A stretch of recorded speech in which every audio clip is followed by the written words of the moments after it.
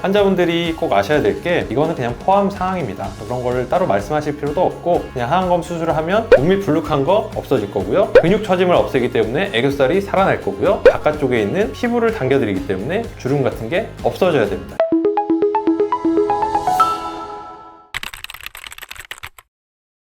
안녕하세요. 성형공감 채널 성공입니다. 오늘은 비슷한 수술이지만 다른 수술이어서 많이들 헷갈려 하시는 수술에 대해서 얘기를 해볼까 합니다. 바로 눈밑 지방 재배치와 하안검 수술이 되겠는데요. 두 수술 모두 눈밑이 불룩해지고 다크서클이 생긴 것처럼 보이기 때문에 피곤해 보이고 나이가 들어 보이는 부분에 대한 수술일 텐데요. 하지만 이 두 가지 수술 방법은 진단이나 수술 방법에 있어서 차이가 있습니다. 그럼 오늘은 눈밑 지방 재배치와 하안검이 어떻게 진단이 다르고 어떻게 수술 방법이 다른지에 대해서 알아보는 시간을 갖도록 하겠습니다.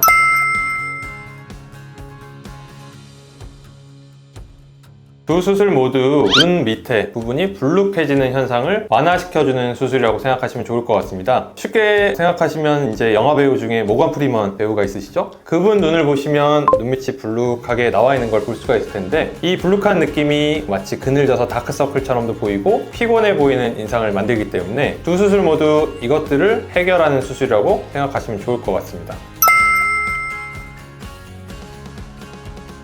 눈밑이 불룩해지는 이유는 안화 지방이라는 것 때문에 그럴 텐데요. 중력을 받기 때문에 안구는 밑으로 떨어지려고 그러겠죠? 그거를 받쳐주는 게 안화 지방입니다. 따라서 안화 지방은 밀려서 앞으로 나오려는 힘이 있을 텐데 이 밀려 나오는 힘과 그거를 막아주는 힘이 있겠죠? 이 막아주는 힘과의 관계가 깨져버릴 때 이 안화 지방이 밀려 나와서 생기는 게 눈밑 불룩함이라고 생각하시면 될 것 같습니다.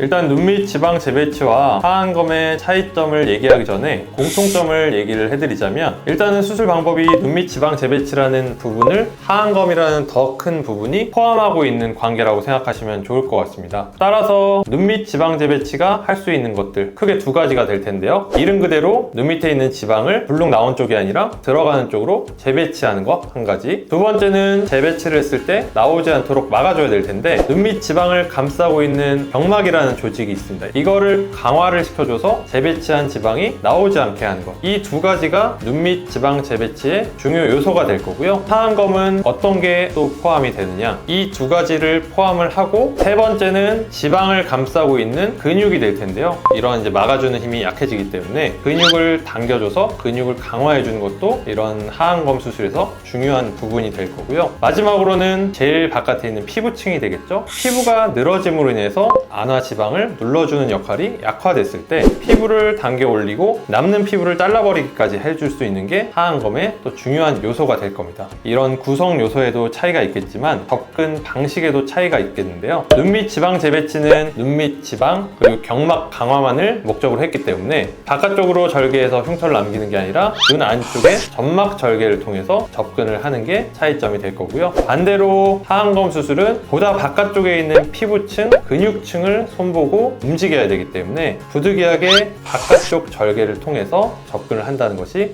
가장 중요한 차이점이 되겠습니다.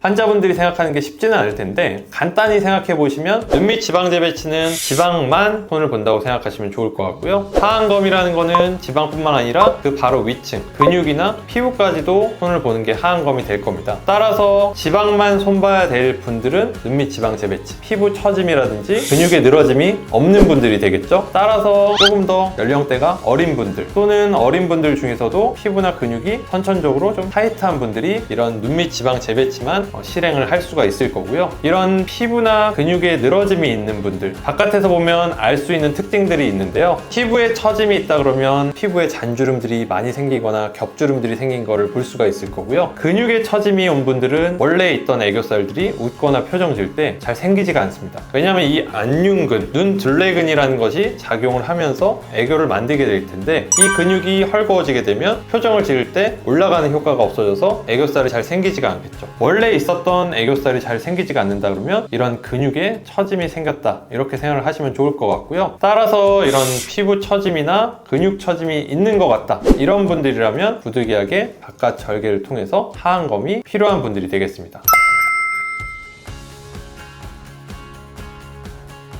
이게 이제 많이들 물어보는 질문인데요. 결론적으로 있던 애교살이 사라질 수는 없습니다. 다만 거꾸로 생길 수는 있어요. 눈밑 지방 재배치는 근육을 당기는 수술이 아니기 때문에 이론적으로는 없던 애교살이 생기진 않겠지만 원래 애교살이 있는데 그 밑에 지방이 불룩 나와서 이 애교살을 가리는 분들이 있습니다. 그러면 아래쪽에 눈밑 지방 재배치를 해서 불룩 나온 지방이 사라지게 되면 원래 있던 애교살은 다시 한번 드러나서 도드라질 수가 있을 거고요. 하안검의 경우에는 원래 있던 애교살도 도드라지게 할 수 있고 없던 애교살도 만들 수가 있는 게 우리가 애교살이 생기는 원리인 눈 둘레근을 저희가 뼈 위쪽으로 고정을 해주게 되기 때문에 팽팽해진 근육은 애교살이 무표정할 때도 생겨나게 되고 표정을 지을 땐 더 쉽게 생겨나는 역할을 하게 됩니다.